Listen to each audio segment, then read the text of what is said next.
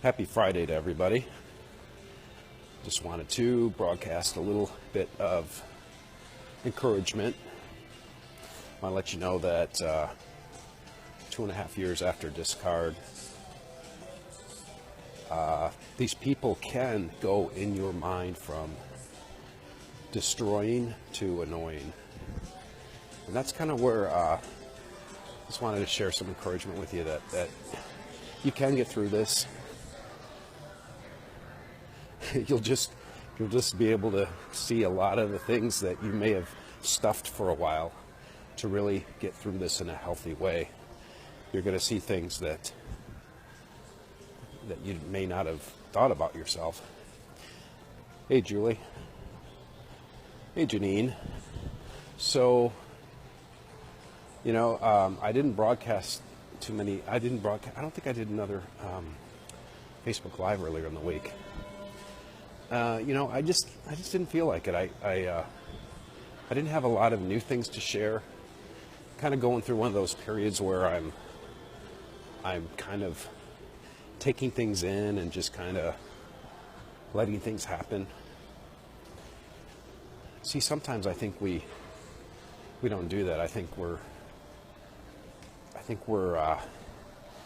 projecting or trying to figure out or trying to assign things to make our lives seem understandable. And a lot of times you just got to let things happen and just... The key thing, I guess, is to be aware of how you're feeling. If you're feeling sad, maybe figure out where those feelings come from, and that comes from just paying attention and not trying to change the outcome, not trying to, make things complete into a little box so that you can understand it. Sometimes you won't understand things, but you can understand. You can pay attention to those feelings that you have, and then just kind of like, I don't know, it's hard to describe, but having that awareness is the key. But so many of us are so busy trying to assign and project and say, well, this happened because of this or this happened because of that. It's easy for us to escape how we're feeling about things and not really ever deal with the problem at hand. And I don't mean problem, I mean just we get put back in this loop. Yeah, the narcs have a circle of abuse, but we can kind of get put back into that. We can keep ourselves into this continuous trigger response. Well, before that response, there's a feeling. There's a trigger, then there's a feeling, and then sometimes we need to stop right there, write out what we're feeling, and just maybe meditate on that before we respond. So I don't know. I'm just feeling kind of I'm kind of in this introspective kind of like wanting to share with you guys, but part of me doesn't want to go way back to how I felt 2.5 years ago. But I know it's important to kind of remember it so that I can share it with you guys. Because if I just completely forget about what happened 2.5 years ago with the discard, then I lose my perspective. I lose that, hey, I'm here now and I've come a long ways, and because otherwise I can just forget about it and then feel stuck again. And so remember, a lot of your the insecurities are the fears and everything that you realize, whether you realize it or not, that were traumatic for you when you were a child. So just because you see the narc, a lot of us will say, oh, it's the narc this and the narc that, and they're causing me to do this and they're causing me to do that. And what happens is when you progress along this growth, you get the narc out of your life, you go no contact, you'll see that a lot of the things are from childhood that happened way back when. The narc is just one of these people that comes into your life and is able to bring those back out of you, bring those fears up. They play on those fears. That's how they're able to hurt us and do all these things, because they know the right combination to unlock those fears, because they had traumatic things themselves early in childhood, and so all that kind of good stuff. Hey James, hey Jennifer, hey Danielle, Julie's here, Janine already. Oh, so anyways, I don't have a lot. I don't think I have too much to say today, other than just to I don't know what I'm going to say. I guess the main thing is to know that. Okay, I'm remembering back to what my mindset was. Okay, so my mindset used to be this: the narc was the giant elephant, and I'm here to tell you that.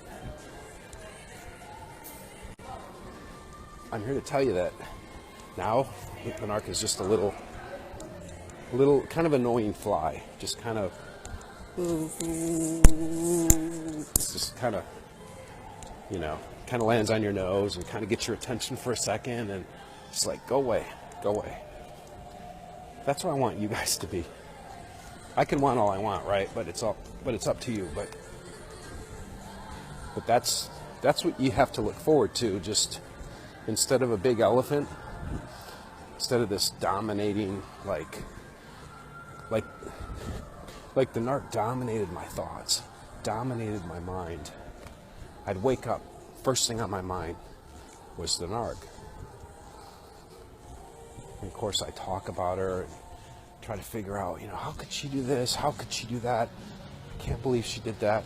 Well, now I'm here to tell you that she's a narc. Your narc is a narc. Maybe they're not labeled a narc, but they're problematic. So what do problematic people do? They like to cause problems. What do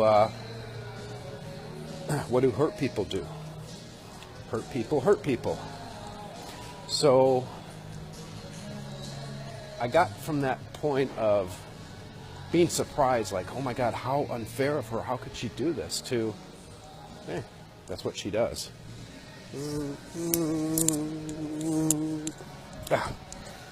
Pesky flies.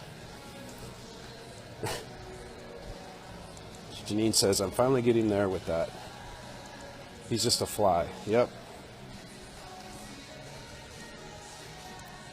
I broke no contact. Okay.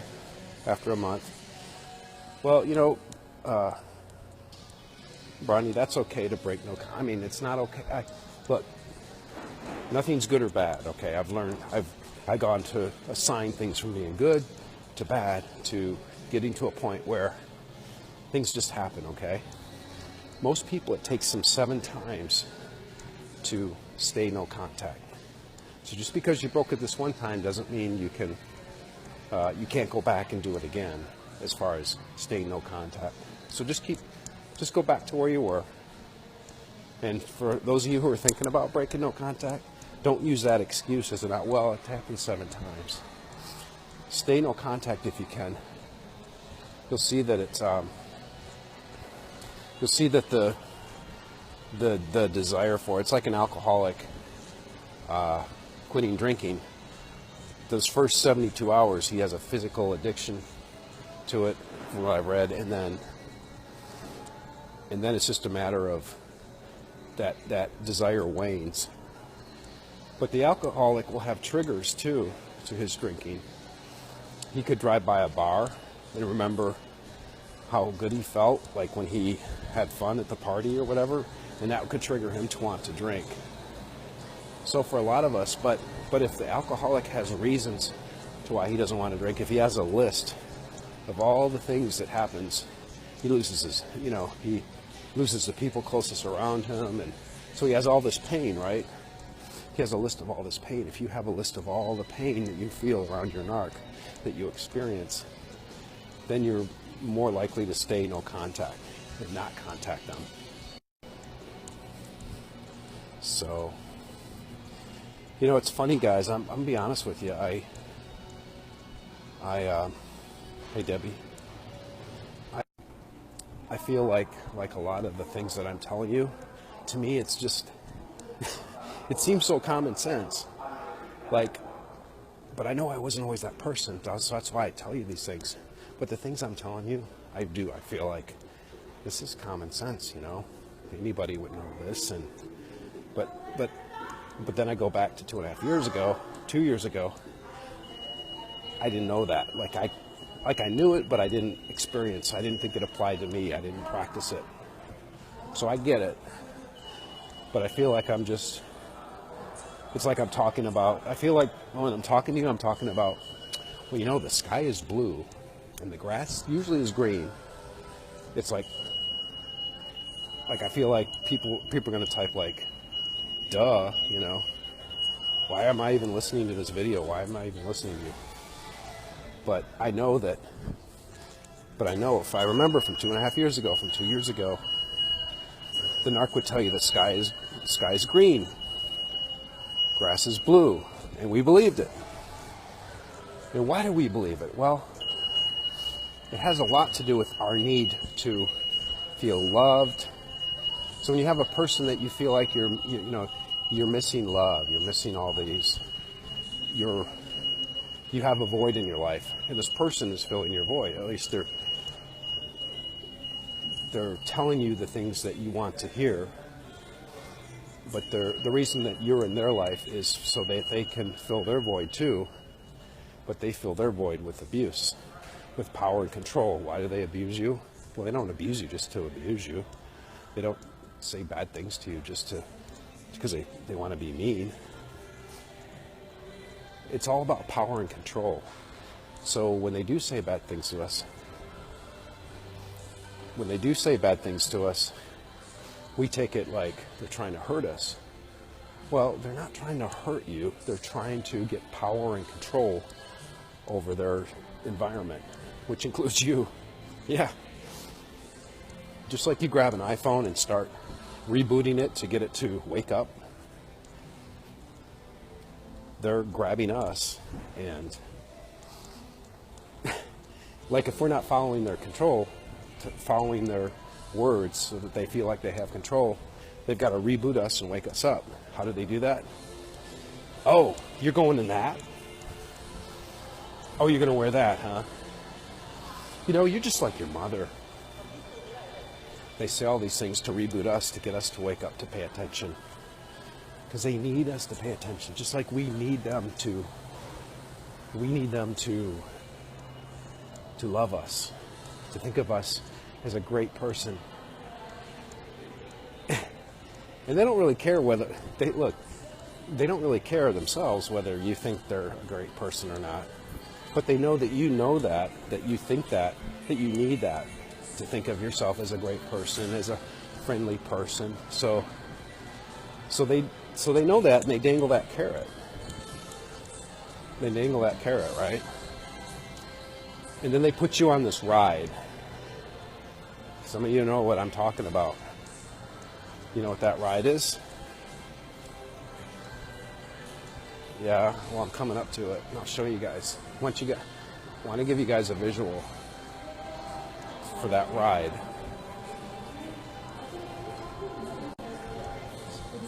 Some of you guys know this. This is the carousel of abuse, the carousel of pain, right? So you go in the photo booth. Everything's great. Everyone's happy. Yay! Everyone's having a good time. Everything's great. Sweet cycle. Then you ride it around. The narc puts you on this, and you don't even realize you're on it, but you're going around, and then you get run over by the car. Imagine this blue is red. It's like, oh, I just got run over. So I didn't want to film too much because there's a security guard that follows me around because I'm filming, and I shouldn't be filming in here. So anyways, see, a lot of you are in the carousel, you don't even know you're on it. It's just like you're just going around, and you're like, but now that you're in this Now, that's why that awareness is key, right? I talked about that earlier. When you're aware that you're on the carousel, then you can do something about it. You can get the fuck off. Did I break the rules? That's what some of you need to do. Some of you need to break your own rules. I'm always a nice person. I don't hurt people. I don't say bad things. That's just not me. Some of you got this anger, and the anger's coming out as depression. Some of you need to get some of that anger out. Maybe not hurt other people, but maybe in your car you need to, like I did this. F this and F that and you know. Some of you look, you can come into this group and you can vent your frustrations out. A lot of you do, and I'm so happy you do that because you have a lot of anger. And it's righteous anger, right? Somebody violates your boundaries. Except we're at the point now where we're not ready to confront them, or maybe we went no contact and we never had a chance to get closure for that, the way they treated us. So you come into this group and it's okay. You can get your anger out. F this, F that. You're allowed to do that here. So, okay. So I'm going to start reading some of your things, even though I don't have my glasses. Oh my God, this is the most annoying ride. Narc is laughing at me. So there's this ice cream truck here, and it makes this horrible laugh. It reminds me of the Narc. I walk by it every time. I just get like, maybe it'll do it. So, okay, so, oh, James is in Dallas, yep. Okay, so Anna says, my narc says he does not need counseling because he attends a men's support group. He also emailed me to tell me that he just found out he has a son. I'm not sure why he is sharing this information with me. Oh, we must have gone no contact. We have not been together since I broke it off in January. So I don't know why his behavior is saying should I try to be there for him? No, don't try and be there. If you've gone no contact, if you've left him for a reason, then you don't need to support him. You need to support you. You need to focus on you. So these people like to hoover. If you look up that term, it's when they suck us back into their lives, like a vacuum cleaner. Yep. Anna, that's his life. That's what Janine says. Correct. James says, both my mom and Narc have BPD, bipolar disorder. Mom was controlling, yet childish. She wanted to control me, but she depended on me to be the adult and run the home. Oh my God, yeah. That's what bipolar is. It's this flipping of emotions. And it's really unnerving to be around one of them. Ronnie says, that was the second time now he's back calling me beautiful and telling me how the carousel of abuse. Love it.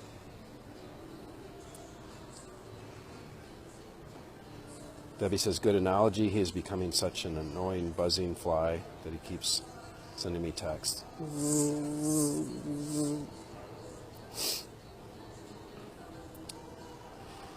Judy says, wanted to chime in on getting in touch with feelings. Spent an hour and a half yesterday in counseling working on my emotions after our 44th anniversary came and went. Well, I hope you no contact. So, realizing my emotions were accumulated after 54 years of triangulation. Getting in touch with unworthiness, brainwashing. So good. So you realize that it's brainwashing. Like, you're not really unworthy. It's the thoughts that are put in your head. That's awesome. I'm glad to hear that. See, that's what a lot of you, because I was in the same boat, we think that we're this because somebody's told us that we're lower than 2 feet of air. Oh, you're lower than 2 feet of air. You're lower than 2 feet of air. You keep hearing that enough, and then you you process it, and you're like, well, why is she treating me bad? Well, she says I'm lower than 2 feet of air. Well, why is he treating me so bad? Well, he says I'm lower than 2 feet of air. So I must be lower than 2 feet of air. And then we repress it, then we deny it, then we hide it, because we don't want to be lower than 2 feet of air. But see, even though we forgot about it, that they called us lower than 2 feet of air, we still processed it like it was true.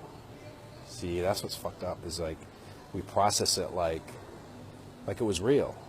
What they said to us was real, and it wasn't. It was just their way of, making us, getting power and control over us at the time, right? And then when that didn't work, then they try other things. So what happens is we stuff all these things down, we process them as true, and they're not, they're brainwashing. But we process them as true, just like we did when we were kids. Mommy doesn't love me because, or no, I caused mommy and daddy to get divorced. Stuffed. It's untrue, right? Kids don't cause their parents to get divorced. Parents get divorced on their own. So, but the kids process them that way, and they stuff them down. So if they never deal with them, then it becomes this guilt and shame and all that stuff is stuffed down. So what happens is, I think, to truly break free of the narcissism and the abuse, is that you have to come to a point where you just let it go, where you just let it kind of come up, kind of seep out. Now, most of us can't have it seep out all at once. It's like, it's too overwhelming. So it starts to seep up a little bit at a time. And then when you go into therapy, it comes out. Don't go into a therapist though who doesn't understand narc abuse. But so what happens is, we eventually let that all come out. We lay it on the table. We accept ourselves. We say, you know what? If it was there, it's there. So we eventually, like, when we unprocess it, like when it comes back out to process again, this is my experience, is that we almost take it like it's true. Like, all right, so I'm lower than 2 feet of air. Hold my hands out. Say, okay, God, this is me. I'm lower than 2 feet of air. I know it.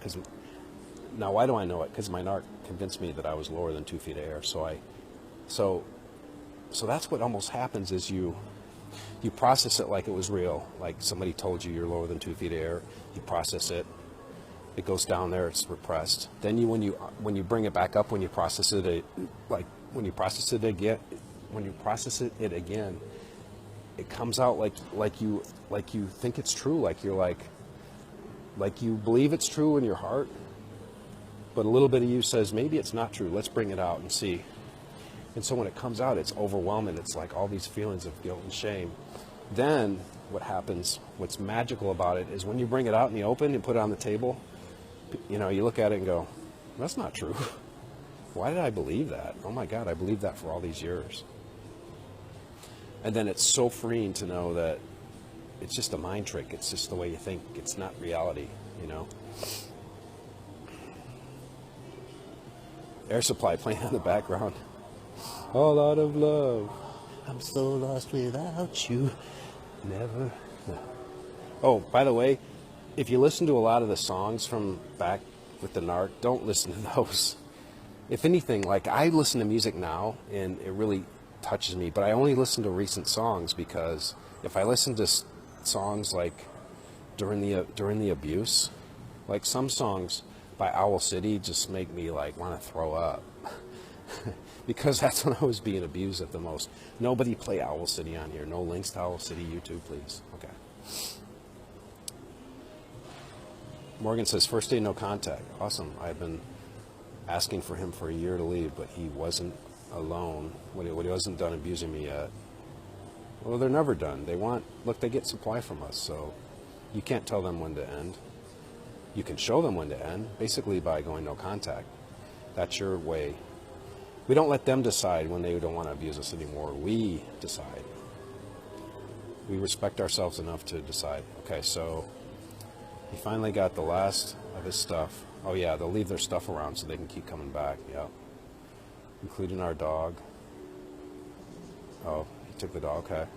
As he was leaving, he kept talking about us working out in the future. Yeah, future faking. Okay. Getting the dogs together. I have an older boxer, etc. I said no. I'm heartbroken and miss my dog so much already, but I know I can't allow him in. Yeah, they'll use any trick they can in the book. There's books written by these guys. They know how to get back into our lives. Look, they don't want you to move on. Now, in 2 years when he becomes a fly, maybe you can get the dogs together, but by that time, I bet you you won't even have second thoughts about him. But yeah, that's very common what you're going through. And the future faking, because they want to keep you around when things don't work out with this supply, right? You know, they always got one on the back burner, you know. You know, they always got one on the warming plate. Just to, you know, they want to keep you on the warming plate so that when that doesn't work out with the girl with the current supply, they can take you out of the warmer, put you out, have a good time with you.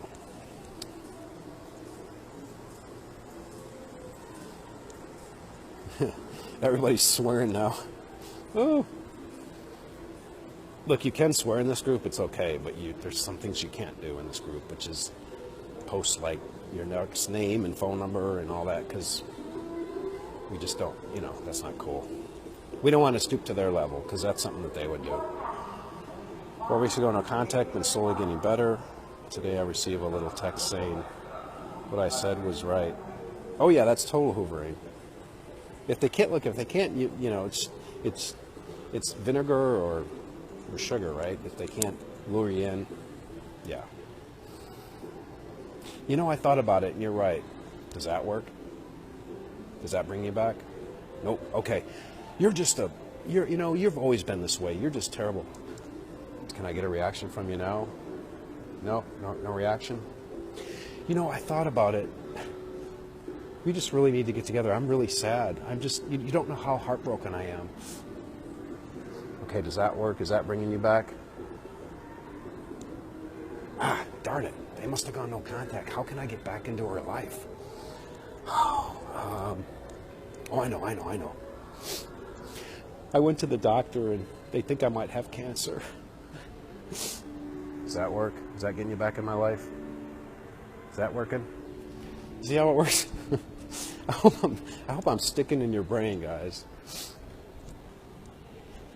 Because that's, look, and I'm not saying that the narcs are, they're not, they do feel pain, right? But they don't feel it like, yeah, I don't know. Okay, 4 weeks no contact, been slowly getting better. Today I receive, okay. Thank you for your advice. God bless and take care.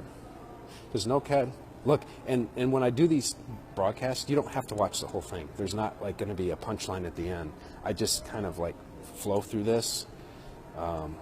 So if it helps you, great. If it doesn't, if there's things that you're like, can't relate to it, then this isn't maybe for you, okay? Does no contact also apply if any father with my narc? My parents are getting a divorce, and I do never have to see him ever again. But because I was not a codependent, does this mean he will treat me differently in the future?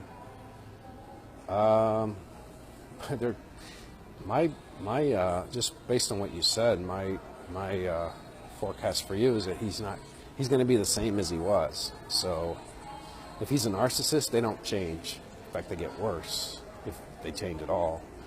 So, you know, I don't know. It'd be interesting.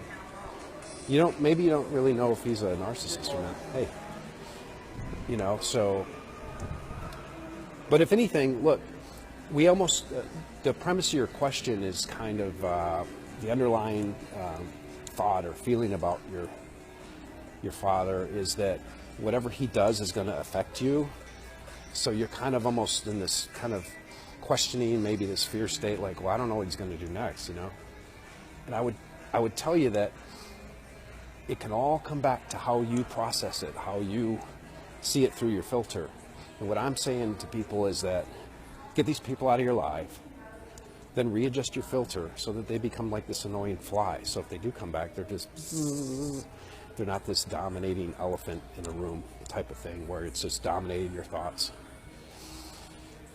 So a lot of the premises of the questions, that's why it can get frustrating sometimes, because I see people, and I was there, so I know it, but I see people like, kind of like putting all the things on them, like that's, you know, and it's the victim mentality. And I understand it because I went through it again. So I just like people to see that you have more power than you realize. You actually control your thoughts, and it's kind of almost mean to say to people when you see it, when somebody gets it, that they're like, hey, I'm not the victims, I have power, we want to help other people. It comes across as very crass and uncaring, but it really is the ultimate thing, that you don't have to let people hurt you. People don't actually hurt you, they just do things and then we react to them, take it as hurt or whatever. You want to solve your problem? You want to solve 90% of your problems? Get up, walk out, don't look back. Get away from the person. Don't ever contact them again. You won't ever have to face the abuse again. They'll contact you, yeah. 9 times out of 10, they'll hoover back to you. But by that time, hopefully you've ignored enough of their hoovers that the 8th hoover, you'll be like, I'm done. What did I receive this person? Hoovering, go look it up at Google. Don't have time to explain it right now. Is this when they try to suck you back into the relationship?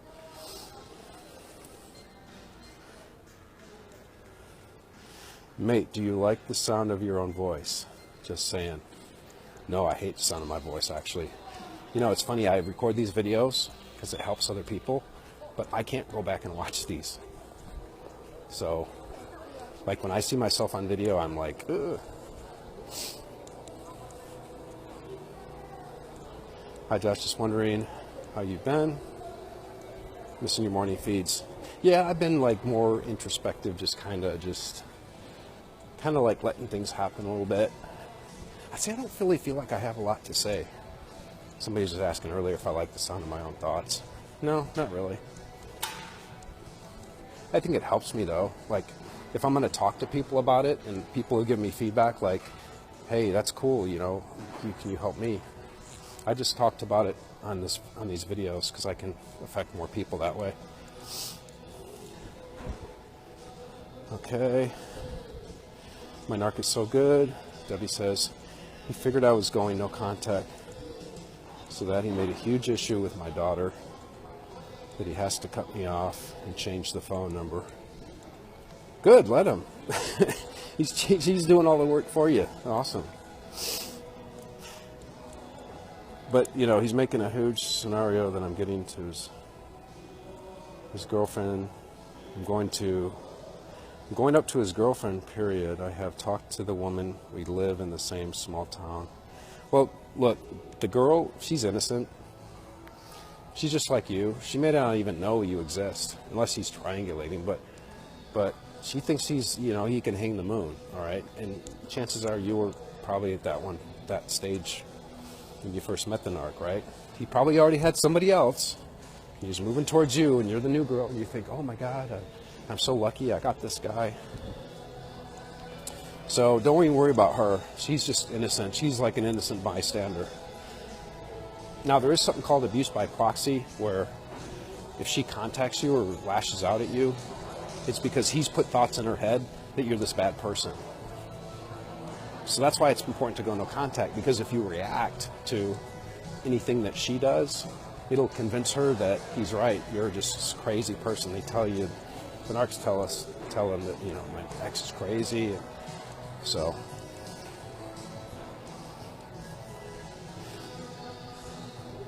Michaela says, it's been 2 years, no contact. Awesome, with my grandma. Now she wants to try to have contact with me since I have a daughter now. She's using other family members to downgrade me. Do you have any advice on what to do? God, that's a tough one. So the question is, do you want your daughter to have a relationship with the grandma? maybe let another family member, maybe you have a brother that can take her over, like, hey, I'm taking my kids over to grandma's. You know, do you want to send your daughter with me? That's what I would do. I mean, if you have so much pain and everything attributable with her, so how is your emotional health? That's what I would ask. I mean, it's going to be do the benefits of her having a relationship with grandma, or at least meeting her grandma, because you don't want her like later in life going, why did I never get to meet my grandma? You kept me away from her, you know. You don't want to have that kind of shit either.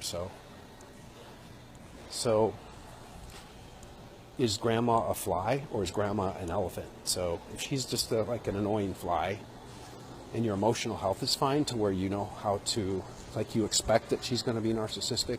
Of course, you know, when we expect it, that's when they're really nice to us. And then we're like, oh, grandma's actually really nice after all. Then they punch us right in the gut when we're not looking. So that's why I would say if it's more beneficial for her to get to know her grandma, at least meet her once or twice, and then let her have her own relationship with her grandma. I guess it depends on how bad grandma is. Is grandma really, did she really hurt you really bad before, you know, where you feel triggered around her? I wouldn't be in there myself if I were you, but maybe you can let her go with other kids or whatever, like your brother or your sister or somebody that has a relationship with grandma, that has emotionally maybe healthier and knows how to put up with grandma. And maybe you're able to put up with grandma if you've you know, changed and whatnot, if you worked on yourself.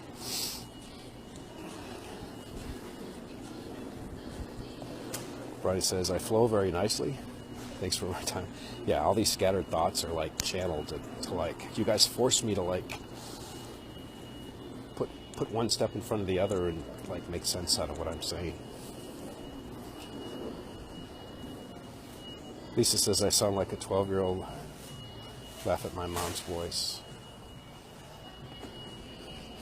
Debbie says I had a dream this morning. First time in a while. Interesting, he was wearing the color orange shirt my father was buried in.